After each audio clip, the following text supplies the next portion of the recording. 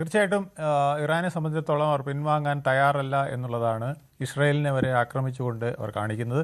അതുപോലെ തന്നെ പശ്ചിമേഷ്യയിലെ ഏതാണ്ട് എല്ലാ രാഷ്ട്രങ്ങളെയും അയൽപക്കക്കാരായ രാഷ്ട്രങ്ങളെ മുഴുവൻ ആക്രമിക്കുക. ശരിക്കും പറയുന്നത് US-ൻ്റെ താവളങ്ങളാണ് തങ്ങൾ ആക്രമിക്കുന്നു പറഞ്ഞാലും അവർ മറ്റ് രാഷ്ട്രത്തിൻ്റെ പരമാധികാര മേഖലയിലേക്ക് കടന്നു കയറിയിരിക്കുകയാണ്. അപ്പോൾ ഇതൊരു വലിയ നീക്കമാണ് ഇറാൻ്റെ ഭാഗത്തുനിന്ന് ഉണ്ടായിരിക്കുന്നത്. അവർ ഇതിൽ കീഴടങ്ങാൻ പെട്ടെന്ന് തയ്യാറല്ല എന്ന് തന്നെയാണ് വ്യക്തമാക്കുന്നത്. ഇതവരുടെ നേരത്തെയുമുള്ള പ്ലാൻ അങ്ങനെ തന്നെയായിരുന്നു. ഇസ്രായേലുമായിട്ടുള്ള വാറിലും അവർ അത്തരത്തിലാണ് ഉദ്ദേശിച്ചിരുന്നത്.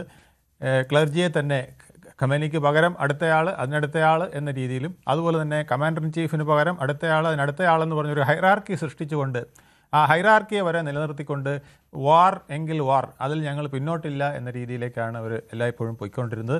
അവർക്ക് ഇറാഖിന് സംഭവിച്ചത് എന്താണെന്നറിയാം, സദാം ഹുസൈന് സംഭവിച്ചത് എന്താണെന്നറിയാം. അപ്പോൾ അതിൽ നിന്നൊക്കെ പാഠങ്ങൾ ഉൾക്കൊണ്ടുകൊണ്ട് അവർ ഒരു കടുത്ത നീക്കത്തിലേക്കാണ് പോകുന്നത് എന്നുള്ളതിന് സംശയമില്ല. ഇത് അമേരിക്കയിലും പലർക്കും ഭയമുണ്ട്.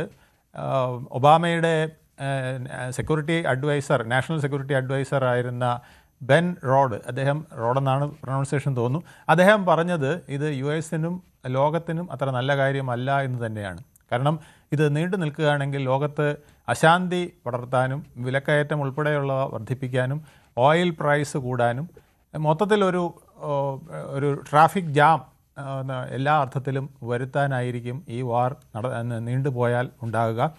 ഇറാനെ സംബന്ധിച്ചിടത്തോളം ഈ വാർ നീട്ടിക്കൊണ്ടു പോവുക എന്നുള്ളത് അവരുടെ തന്ത്രമാണ്. അവർക്ക് ആയുധങ്ങൾ കുറവാണെങ്കിലും ഉള്ളവ വെച്ച് അവർ ഫൈറ്റ് ചെയ്യാൻ തന്നെയാണ് തീരുമാനിച്ചിരിക്കുന്നതെന്ന് കാണാൻ കഴിയും. അഫ്ഗാനിസ്ഥാനിൽ നമ്മൾ കണ്ടതാണ്. US-ൻ്റെ ആക്രമണം അഫ്ഗാനിസ്ഥാനെ തരിപ്പണമാക്കിയെങ്കിൽ പോലും കീഴടക്കാൻ കഴിഞ്ഞില്ല. അതായത് ഗ്രൗണ്ട് വാറിലേക്ക് പോകാത്തിടത്തോളം കാലം ഒരു രാഷ്ട്രത്തിനെ പൂർണ്ണമായും കീഴടക്കാൻ കഴിയില്ല. ഇറാൻ എന്ന് പറയുന്നത് ഒരു വലിയ രാഷ്ട്രമാണ്. ആ വലിയ രാഷ്ട്രത്തിൻ്റെ പരിധിയിൽ വെറുതെ ബോംബിട്ടത് കൊണ്ട് മാത്രം കീഴടക്കൽ നടക്കില്ല. അതിന് ഗ്രൗണ്ട് ഓപ്പറേഷൻസ് വേണ്ടി വരും. ആ ഗ്രൗണ്ട് ഓപ്പറേഷൻസിന് ഇപ്പോൾ US-ന് തയ്യാറുണ്ടോ? അവർക്ക് മുൻകാലങ്ങളിൽ ഉണ്ടായിട്ടുള്ള ഖേദകരമായ അനുഭവങ്ങൾ, നിരവധി മരണങ്ങൾ, ജോർജ് W. ബുഷിൻ്റെ കാലത്ത് ഉണ്ടായതുപോലെ അഫ്ഗാൻ